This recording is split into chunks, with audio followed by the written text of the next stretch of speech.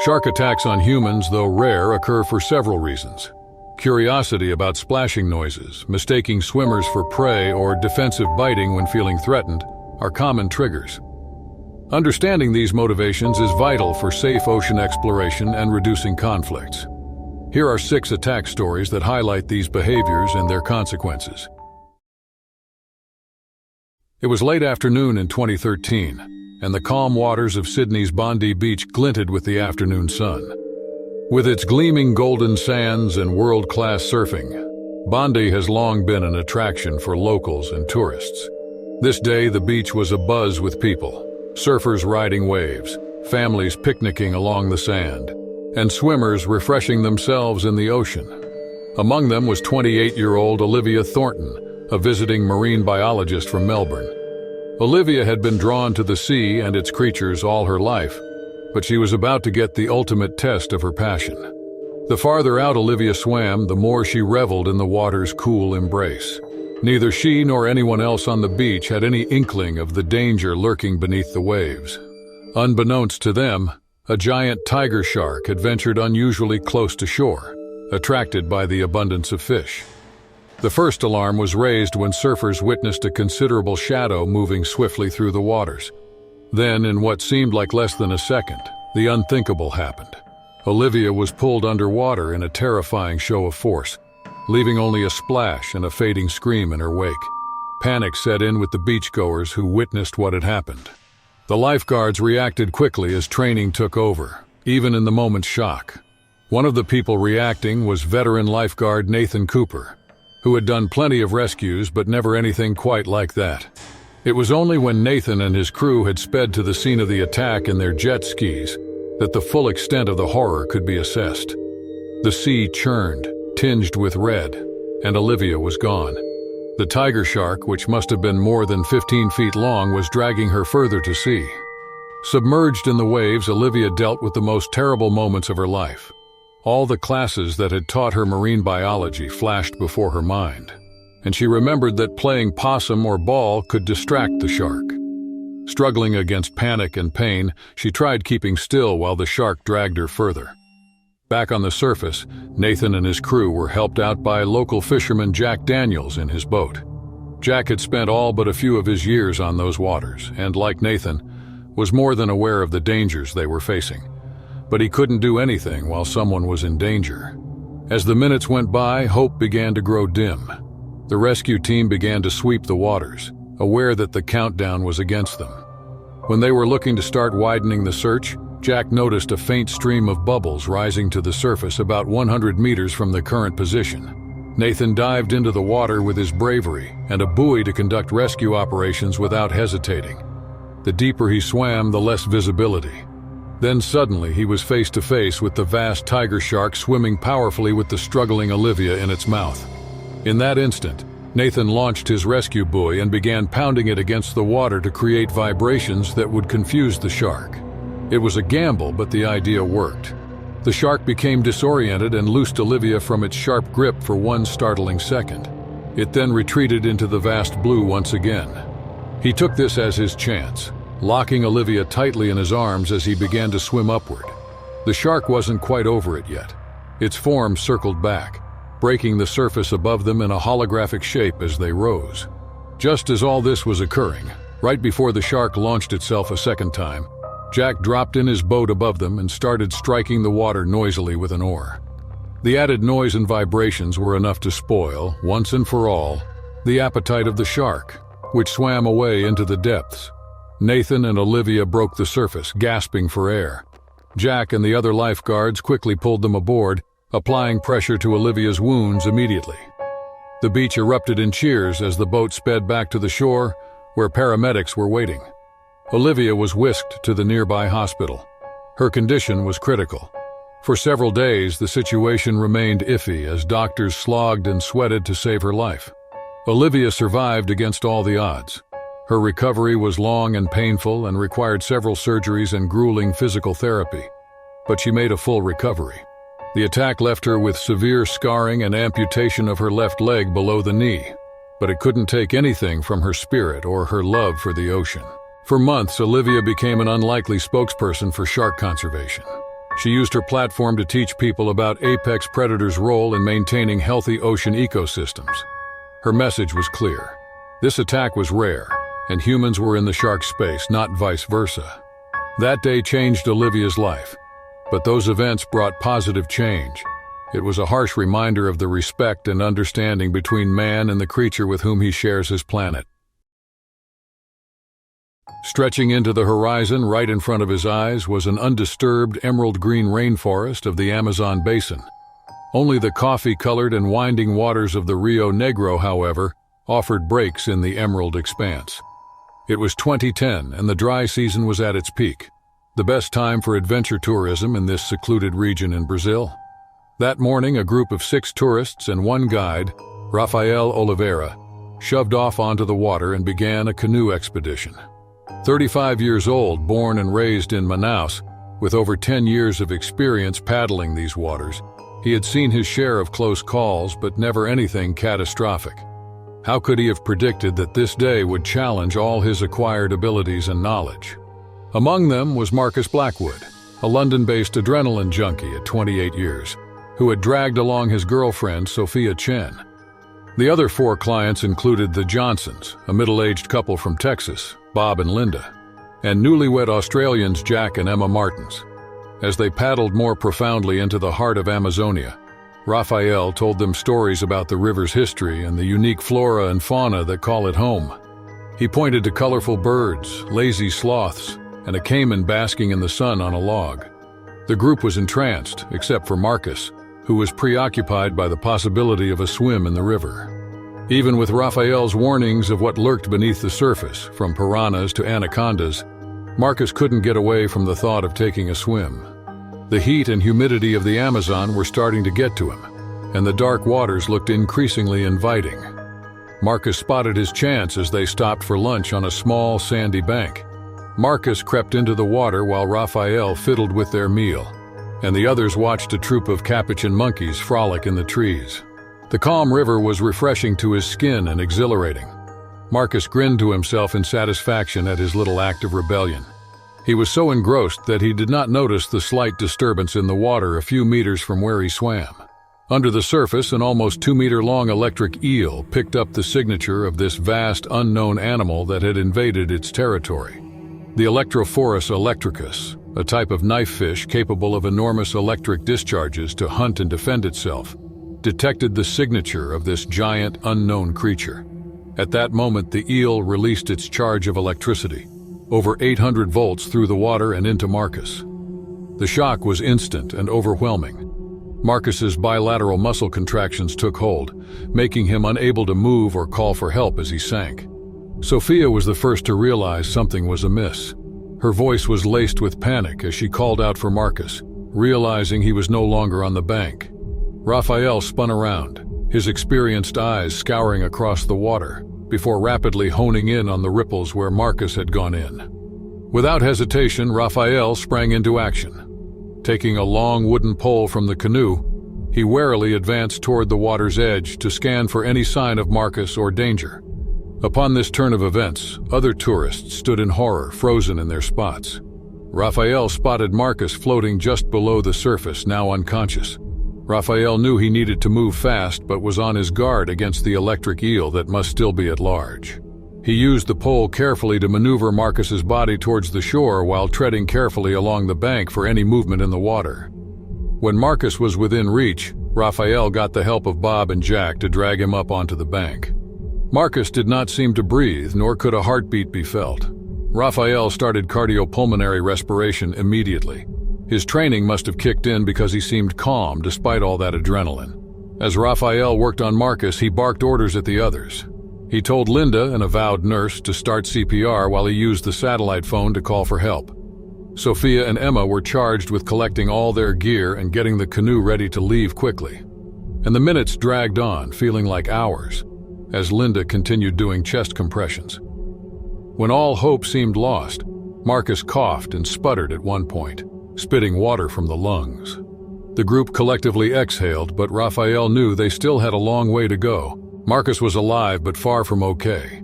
That mighty shock had left him weakened and dizzy, and there was no telling what internal damage could have occurred. They needed to get him to a hospital as soon as possible. Rafael had contacted emergency services in Manaus, but the nearest help was hours away. If they were to meet the medical team halfway, they'd have to start moving immediately. They launched downstream at a furious pace, with Marcus carefully laid out in the canoe. Rafael pushed them hard, knowing full well that every minute could make a difference between life and death. The other tourists, still in a daze from the accident, paddled mechanically, their earlier excitement replaced by grim determination. As they raced downstream, Rafael never took his eyes off the lookout for other dangers. The Amazon was unforgiving, and in their hastiness they were more vulnerable than ever to the river's myriad threats. They narrowly avoided a collision with a partially submerged log. They had to quickly paddle away from a stretch of river, where Rafael spotted the telltale signs of a piranha feeding frenzy. Hours passed in a blur, and exhaustion made Marcus's eyes droopy. Marcus was partly conscious, sometimes mumbling incoherently when awake. Sophia hewed with worry and always stayed near him, holding his hand and cooing soft words of encouragement. Just as the group's energy was about to give out, they heard the distant hum of an engine. Rounding a bend in the river, they saw a speedboat coming into view. The medical team had managed to get further upriver than anyone had anticipated, a stroke of good fortune that might save Marcus's life. The transfer was quick and efficient. With Marcus and Sophia on board, the speedboat roared off with a crescendo of noise toward Manaus, leaving Rafael and the remaining tourists to return to camp slowly, the silence of exhaustion replacing the excitement of the morning's departure. Marcus recovered grudgingly in the following weeks, eventually exiting the danger zone at a Manaus hospital. The electric eel jolt had given him muscle damage and cardiac arrhythmia, but as his luck would have it, he just about evaded the worst outcome thanks to Rafael's quick thinking and the group's enormous help. The memory of the ordeal was different, fresh, full of the ancient vigor of the Amazon, perhaps also of that peculiarly human miracle that knows how to face the implacable antagonism of nature with brave eyes and an unbroken spirit. The turquoise waters of the Caribbean Sea shimmered in a warm tropical sun during 2005. A research vessel bobbed in limpid waters offshore from Bimini, a small island in the Bahamas.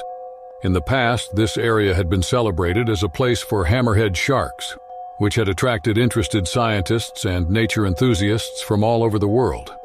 Aboard the research vessel Sphyrna, 38-year-old Australian marine biologist and professional diver, Dr. Maximilian Max Thornton, prepared himself for just another day of filming. For the past decade, Max had studied hammerhead sharks and had been impressed by the exciting shape of their heads and their very sophisticated social behaviors. He was working on an ambitious documentary to inform people that these often maligned beasts deserved more sympathetic treatment than usual. His team consisted of his research assistant, an accomplished marine biologist from Costa Rica, Dr. Aman Cortez, who is 29 years old, and the boat captain, a seasoned local from the Bahamas named Samuel Cap Johnson. They had been working together for the previous 3 months, shooting video and capturing data on the hammerhead populations that frequented Bimini. As Max changed into his wetsuit and checked the diving gear, Aman briefed him on what they planned to do that day.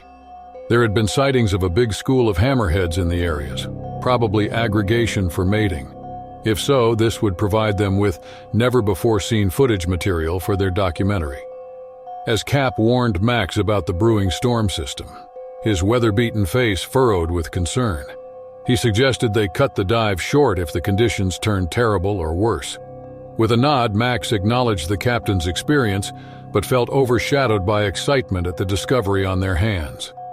With his underwater camera strapped on, Max slipped into the warm, turquoise Caribbean waters. The visibility was excellent.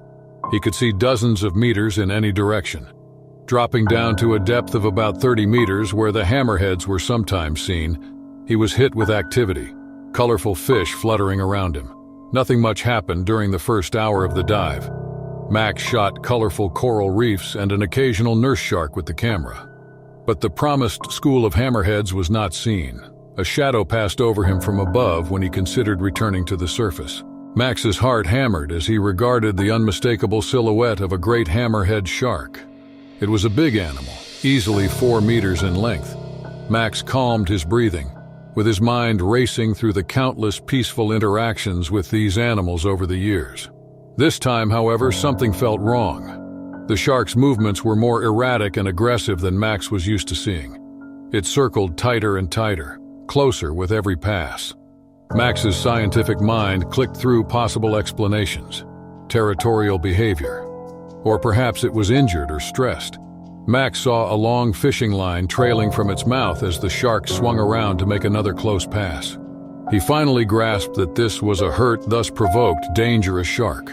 Max knew he had to retreat, but sudden movements could provoke an attack. Slowly he ascended, his eyes fixed on the circling predator. The shark, however, perceived this as some challenge. It suddenly changed direction and swam straight towards Max at an alarming speed.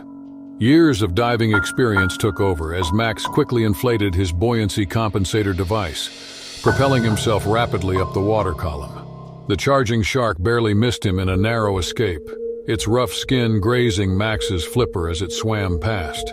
Now, at a shallower depth, Max could see the Sphyrna off in the distance. He began swimming toward it and tried to pace himself even though his heart was racing incredibly. The hammerhead still needed more. Circling, it came at him again from below. Max remembered a technique he had learned years ago but never hoped to use. As the shark approached, he swung his camera in a wide arc, creating a barrier between himself and the approaching predator. It worked. At the last moment, the shark veered off, confused by the unexpected obstacle. After the shark's momentary disorientation, Max finally pushed himself toward the boat. He could hear the muffled sound of the Sphyrna's running engine. Amon and Cap must have realized something was wrong and were coming to his aid. Just when Max's lungs started to give up, brawny hands from Cap grasped his arms and dragged him aboard. He collapsed onto the deck, heaving the air as Amon and Cap bombarded him with questions. Max gasped as he told his story, mentioning a fishing line he had seen. Though shaken by the experience, he was concerned for the shark's well-being. He educated his team that the shark must have acted out of character due to its injury. Max's mind raced as they raced back to shore, barely ahead of the coming storm. This was a menacing experience, although it afforded him a deeper insight into these magnificent creatures' challenges. There was the fishing line, a grim reminder of the human effect on marine ecosystems. Over the next few days, recovering from the experience, Max knew that the film had to take a different turn for him. It was no longer just about hammerhead behavior, but all the dangers hammerheads face due to human activities, especially abandoned fishing gear.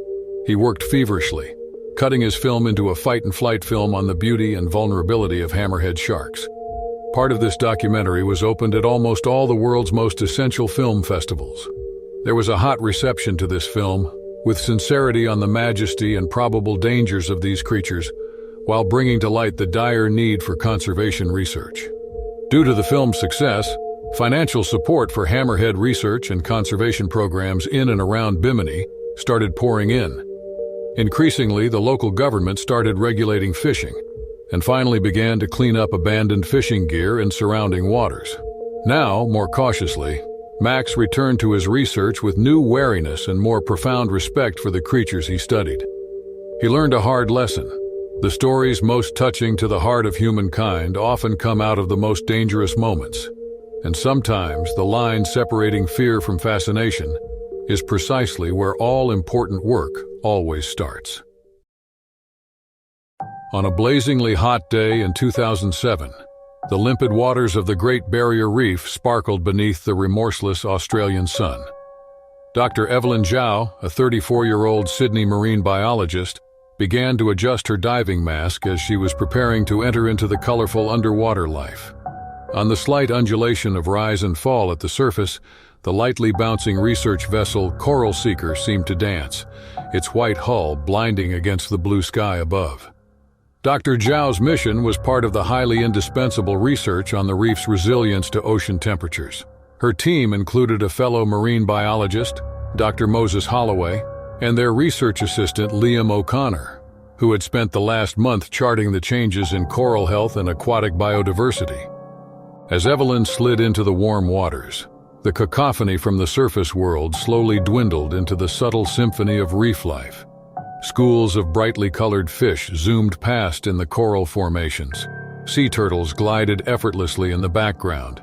However, visions of its beauty couldn't dispel a nagging sense of unease about the many bleached coral patches she'd seen on recent dives. Evelyn paddled through the water, focused on her task, heading toward a particularly colorful reef area. Her waterproof tablet beeped softly, reminding her to record temperature readings in the water at regular intervals. She swam closer to a giant brain coral. Something in a small crevice seemed to pulse with motion. Evelyn drew closer, hypothesizing scientifically what kind of creature might be hidden in that rocky nook. Her heart almost stopped at the view, a mass of sleek, banded bodies writhing within. She had stumbled upon one of the world's deadliest species, an olive sea snake nest. Before Evelyn could even flinch, several snakes had begun crawling from the crevice. They were disturbed by her presence. Evelyn knew that although sea snakes were generally pretty docile, they could be very aggressive when threatened, and she had just inadvertently threatened an entire nest. The adrenaline surged through Evelyn's body as she realized the danger.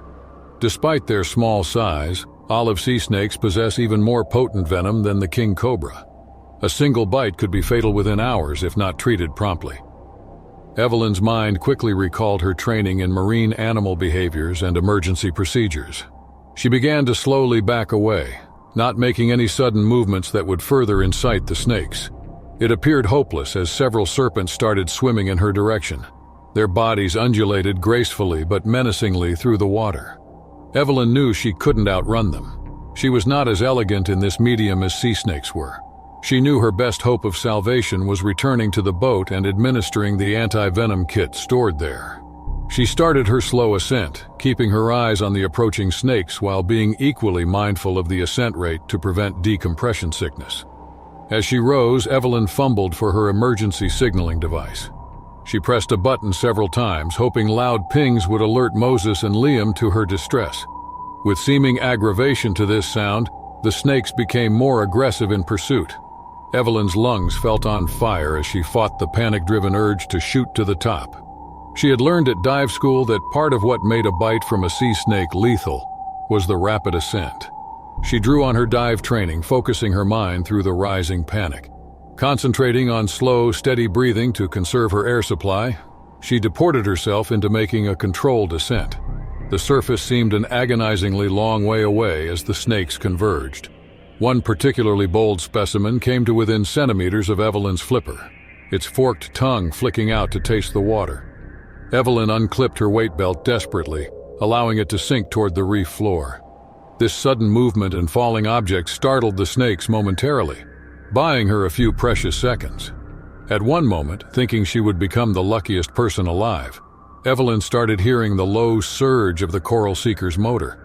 A wave of relief washed over her as she raised her head to look up and start seeing the boat's hull. Her relief didn't last since she realized the most dangerous part of her ascent was yet to come, breaking the surface where the snakes could quickly strike. With the final gasp of her breath, Evelyn almost floated off the sea floor. She broke the surface, gasping for air and yelling for help immediately. Moses and Liam had already been alerted by her homing beacon and appeared at the boat's rail. As the first sea snake surfaced behind her, they yanked her into the boat. Safe on deck, Evelyn collapsed, her body shaking with exertion and residual fear. She was able to explain the situation between gasps to the shocked colleagues. Moses got to work immediately, examining her for any signs of a bite, while Liam readied the first aid kit and radioed in for emergency evacuation. Much to everyone's relief, Evelyn escaped without a bite.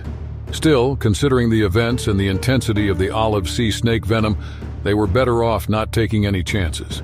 Much to Evelyn's discomfort, it only took an hour before a medical helicopter arrived and flew her to the mainland for a comprehensive checkup and observation. Days later, Evelyn underwent all the necessary checks, and the doctors declared her fine with no underlying complications. Evelyn's brush with death in the azure waters of the Great Barrier Reef was a riveting reminder of nature's unpredictability and the intrinsic perils of scientific exploration. It also raised the flag on the human spirit's resilience and scientists' steadfast commitment to unraveling the mysteries of our natural world at any personal cost. It was one of those very sunny mornings in 2016, and the sun-drenched waters of the Maldives shimmered like a blanket of diamonds. Manon Blackwood, 28, adjusted the snorkeling mask with shaking fingers. Excitement rushed in her veins. She had had this dream for years, to swim in the crystal waters of the Indian Ocean and see from under the sea with her own eyes, one of the most pristine marine environments in the world. She had chosen the North Male Atoll, known for its wide variety of marine life and colorful coral reefs, for her adventure. As she shaved into the warm waters from the small chartered boat, her guide, a local named Hassan, repeated the security and precautions so as not to forget to keep at a distance from marine life. The submerged world that met Manon's eyes was nothing less than magic. Schools of colorful fish swam, shifting between the coral formations, and their scales shimmered from the inside out with the filtered sun rays hitting them. The sea turtles glided graciously through the water, not feeling threatened by a human presence. Manon stumbled her heart with joy while taking in the scenes, carefully capturing everything on her waterproof camera. The farther she swam from the boat, following some particularly intriguing coral formations, the more Manon felt something that made her heart skip a beat. Far away, a massive shape glided through the water with an otherworldly grace. She could see it was a giant manta ray, its wingspan easily over about 15 feet. Manon had read about these gentle giants, but had never thought she would come across one this close. Mesmerized, Manon slowly swam closer, camera ready. The ray did not flinch in its graceful dance through the water. Manon could tell it was huge, with intricate patterns on its back that were visible even from a distance. She clicked picture after picture, wishing to capture every detail of this once-in-a-lifetime view. In the excitement, Manon did not realize that she had strayed far away from the position. There sat the chartered boat in a tiny dot, and Hassan's strict instruction kept gnawing at the back of her mind to maintain distance from marine life. The more the manta ray moved, the more Manon reached towards it. Then, all of a sudden, something overcome the creature. Perhaps it was startled by some quick movement, or maybe even cornered. The manta ray's demeanor changed from serene to agitated in no time. Its enormous body straightened up, and its powerful tail whacked before Manon could do anything. The first strike sent Manon spinning through the water. The force was fantastic. She panicked as she tried to reorient herself. Quite alarmed by this point, the manta ray flared its wings in wild motions, pounding the water so that it sent Manon flying every way like a rag doll. Manon's mind raced as she remembered the safety briefing earlier. She knew very well that manta rays were not aggressive, yet they were big animals and very powerful. Rationally thinking then, she found it hard to retain any rational thoughts. She tried swimming away from this creature, but the agitation of the manta ray just seemed to increase with her frantic movements. Manon's snorkeling mask was knocked loose and filled with water in the panic. She was doing a lot of sputtering and coughing as she struggled to keep her head above water and out of the way of the pounding of the manta ray. Whenever she thought she had overcome, a little powerful stroke of its wings sent the creature surging forward with surprising speed. Hassan saw Manon's predicament from his vantage spot on board the boat. He told the captain and leaped into the water, forging strong strokes toward the developing mayhem. He would get close enough to realize the fear in Manon's eyes and the agitated state of the manta ray. He knew he had to think quickly but be cautious. He did not want to startle the manta ray any further. Hassan began thumping loudly on the bottom of his diving apparatus while underwater, hoping these loud noises would redirect the creature's attention away from Manon. He motioned and signaled Manon to swim towards him and away from the agitated ray. Relieved by Hassan's appearance, Manon started swimming toward him, refreshed. The manta ray was distracted by Hassan's intervention. As Manon reached Hassan, he first checked her over for damage. Except for bruising and shock from the encounter, she seemed okay. Hassan led her back towards the boat, positioning himself between Manon and the manta ray. The trip back to the boat seemed to take forever. Manon's muscles were cramped from the experience, and every shadow in that water made her jump. As they were getting close, the captain threw out a life ring. With a last spurt, Manon grabbed it and was pulled aboard for her rescue. Lying down on the deck, she realized with her thoughts rewinding what had happened. Manon was admitted to a local hospital for a complete checkup. She had no serious physical injuries, But the psychological effect of the encounter was tremendous. This incident had blown apart the idyllic image of the Maldives that she had harbored for years, after which came a respect for the power and unpredictability of nature. As Manon slowly recuperated over the next few days, deep reflections on the experience were possible. It dawned on her that she was keen to shoot that picture. Ideally, she had acted contrary to the safety guidelines at the beginning.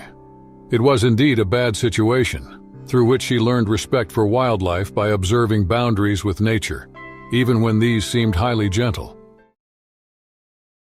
The thick, damp air of the Amazon rainforest clung to Dr. Elena Rodriguez as she swatted away yet another mosquito. The year was 2014, and the Brazilian summer's weight bore down oppressively on her research team as they tramped through undergrowth. They were deep in the heart of the Amazon basin, near the border between Brazil and Peru, in a very remote area with little human activity. The expeditionary group was led by Dr. Rodriguez, a marine biologist at the University of São Paulo, who is 38 years old. She was accompanied by Dr. Fernandez Oliveira, an ichthyologist of 45 years with a particular interest in fish species from the Amazon. Two graduate students, Luisa Ferreira, 26, and Carlos Santos, 24, and their mission was to research the peculiar aquatic ecosystems of isolated lagoons in this part of the Amazon, notably the interactions between various fish species and their environment. As the team pushed through a particularly dense patch of foliage, Dr. Rodriguez's GPS peeped, indicating they had reached their destination. They emerged from the tree line onto the banks of a secluded lagoon. The water was dark and inky blue, reflecting the green around it. It was smooth, only disturbed by an infrequent ring of ripples from a leaping fish or a falling leaf. Dr. Oliveira immediately began organizing their gear, test kits, collecting vials for samples, and a small inflatable raft they would use to reach the center of the lagoon. Luisa and Carlos assisted, their excitement palpable as they prepared for their first significant field research experience. While they labored, Dr. Rodriguez strolled around and noted the vegetation and any apparent animal life. But one thing did catch her attention: an excessive amount of fish bones lining the beach area. Curious, she walked closer to the water's edge for a better look, then stood suddenly still. Just beneath the surface floated a school of fish with red-orange bellies and razor-sharp teeth, piranhas. Dr. Rodriguez also yelled to her team, alerting them about the piranhas. Having had piranhas in the Amazon previously, that was not rare, but never in that number she just saw. Dr. Oliveira came over to stand beside her, a mix of alarm and scientific interest across his face. He told her they should change their research plan and instead observe this population of piranhas from banks without having to get onto the raft. As they explored their options, the overly enthusiastic Carlos tried to prove himself and suggested obtaining a sample closer to the center. He gingerly but nervously made his way out onto a fallen log extending into the water several meters. The team watched with bated breath as he inched his way forward, sample container in hand. Suddenly, Carlos lost his footing. The seconds seemed to stretch out lengthily as he teetered on the edge of the log, his arms windmilling wildly in a desperate bid for balance. Dr. Rodriguez and Dr. Oliveira reflexively surged toward him, but were too far away to prevent the fall. With a splash, Carlos dropped into the waters that churned with piranha. The reaction was instant and horrific. The calm surface of the lagoon turned into a churning frenzy as hundreds of piranhas converged on the thrashing Carlos. His screams pierced the air as the voracious fish tore at his flesh. Dr. Rodriguez grabbed a long branch and waded into the shallows to reach Carlos without thinking. Dr. Oliveira and Luisa formed a human chain to protect their colleague. The next moments were a maddening blur of action and fear. They grasped the outstretched hand of Carlos and began to pull him toward the shore while the piranhas drove into a feeding frenzy at the scent of blood, continuing their relentless attack. His legs and lower body were in shreds of flesh and blood, but he could still hold his clutch on Dr. Rodriguez's branch firmly. As Carlos was dragged onto the shore, it began to dawn on them just where they were, deep in the wilderness and days away from any hospital with a critically wounded member of their team. At this moment, Dr. Rodriguez called quickly to action. Luisa was to make arrangements with their satellite phone for emergency evacuation. At the same time, she and Dr. Oliveira labored to stem the flow of Carlos's blood. They had controlled much of the bleeding using their small first aid equipment and by making improvised use of whatever else they found to help. Carlos was in and out of consciousness as his body went into shock due to trauma and blood loss. The team took turns keeping watch for predators attracted by the scent of blood while waiting for their rescue. Hours dragged on, seeming to stretch out to eternity. The sun was already setting, so the shadows across the lagoon were very long. The piranhas, satiated from the feeding frenzy, returned to normal behavior, but the team was still uptight. Every small splash or movement of undergrowth sent all of them in a mad flutter of fear. It wasn't until late in the afternoon that they finally heard the distant thrum of helicopter blades. The relief washed over them, and a rescue team subsequently arrived with proper medical supplies to get Carlos to the hospital.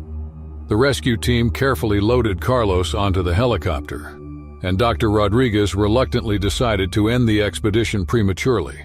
Her team's safety had to be the first concern. In the days that followed, while Carlos underwent several surgeries and developed a long recovery process, the team had to come to grips with what had happened. Though this was a harrowing experience, their data from the lagoon proved tremendously valuable. Their findings on the vast, much more aggressive piranha led to monitoring possible environmental features that could have caused this behavior. This research was led by Dr. Oliveira himself, thus turning what was almost a tragedy into an opportunity for scientific advancement. The road to recovery was long and painful for Carlos.